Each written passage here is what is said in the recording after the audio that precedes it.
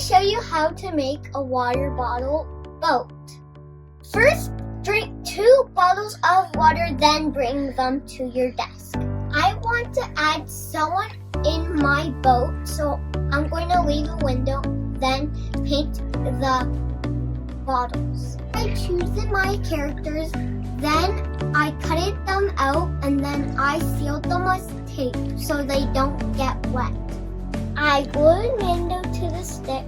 With the help of my uncle, we're going to put Mando inside the bottle.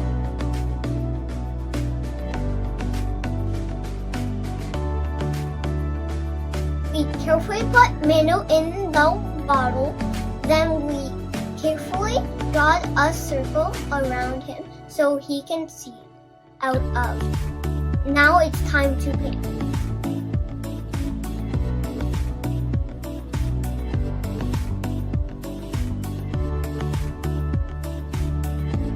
While we wait for this to dry, let's make the propellers.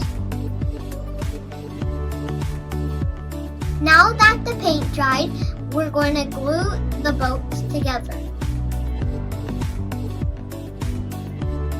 We're going to add the pop sticks and then the propellers.